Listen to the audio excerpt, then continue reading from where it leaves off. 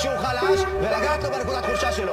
אתה רוצה שאני אגע לך בנקודות החלשות? פה את לא יכולה, כי אין פה נקודת חולשה וזה קשה לך. יש לך המון. תביאי לי. אתה כדורגלן עבר. לא נגמר, הנה הכדור של עפולה. הופה, מרחיקים, מסגרת יופי של שער! ארז איסקוב! מי אמר בלחת הכובש?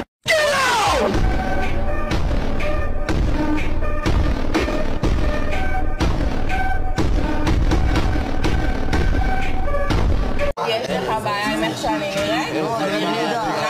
את נראית גלידה. אז תום את חוץ הפה, מזה, אל תעיר הבפנים לי. שלך מכוער רצח.